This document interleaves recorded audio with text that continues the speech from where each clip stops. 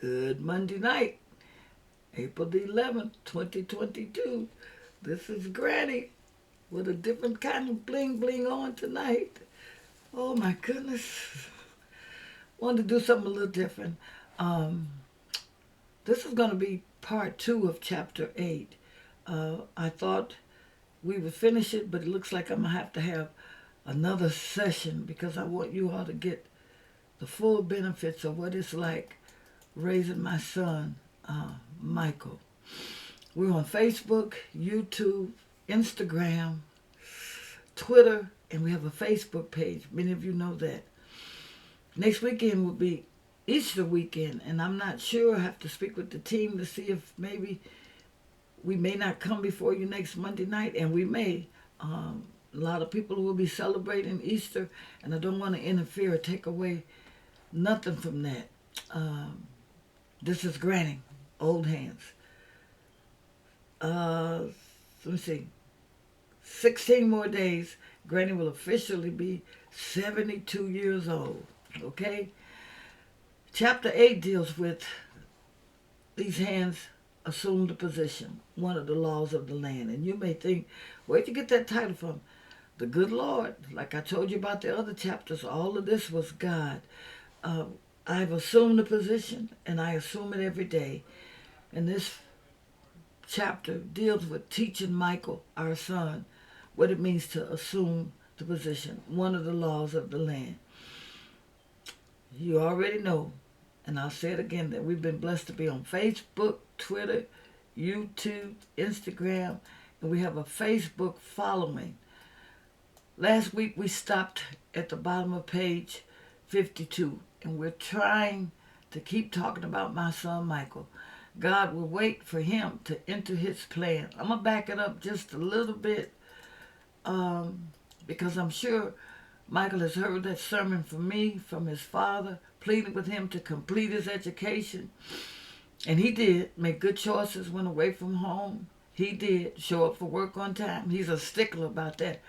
Save some money. And this kid has, oh, I hope I don't get in trouble.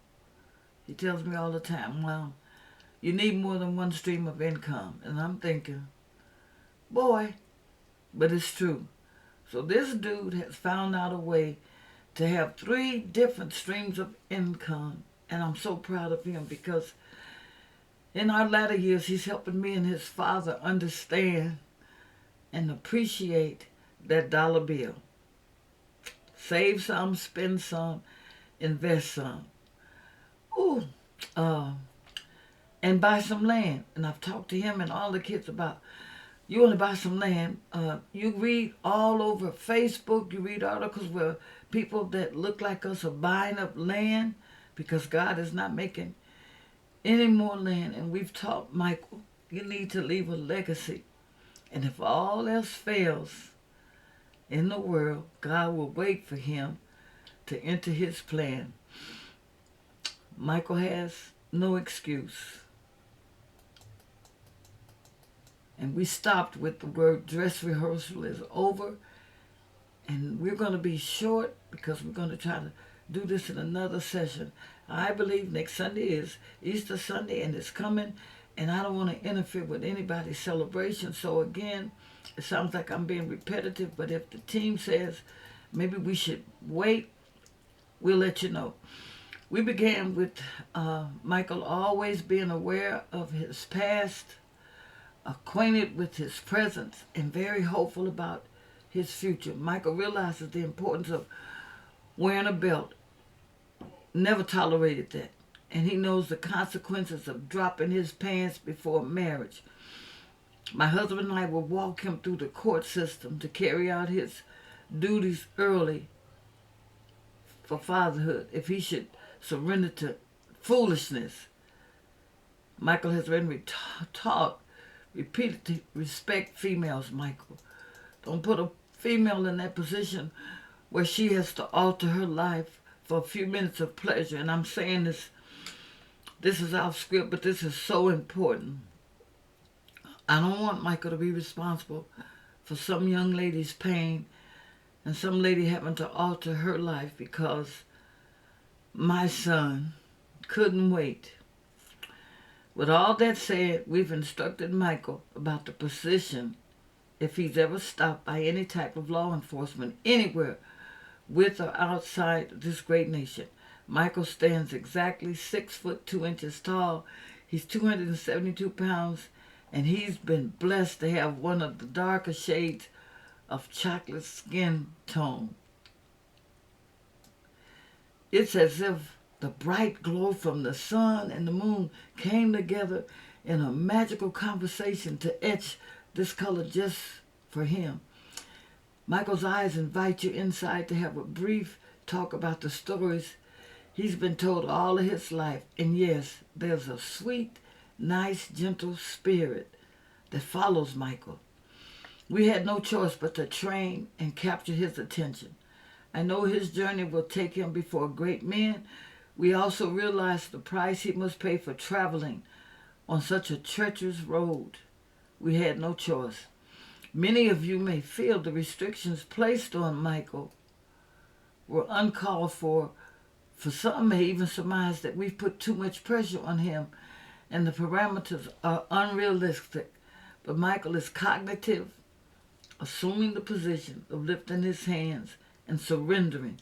Surrendering not because he's cocky or smart, but mindful that we would rather have him alive than beat to death and brain dead, unable to make decisions about his own basic needs. This is key for any language of respect to be exercised by law enforcement. He's careful not to break and run, because if he does, he may not be able to validify or conjure up or replay those gruesome pictures of all the young black males made from the past and present who failed to assume the position. We're going to page 53. And I know you may say, man, that was short. I told you it was going to be short. We'll continue our final pages next Monday night. Ooh, this jury, fancy jury. Next Monday night, the 17th, and we know tax day. But I'm told that there's a possibility they're going to give us an extension because some of us, like Granny, has not filed their taxes yet. This is Celestine Starks from Granny's Old Hands, and we're almost at the end of this chapter dealing with my beautiful African-American son named Michael, who has to learn to assume the position every day of his life. He's a productive citizen. You all know he lives in Wisconsin. He serves in the community, serves his wife and his kids, has a nice income, is well respected. But I talk to Michael all the time, and he would tell you, Mom, I already know. Raise my hands.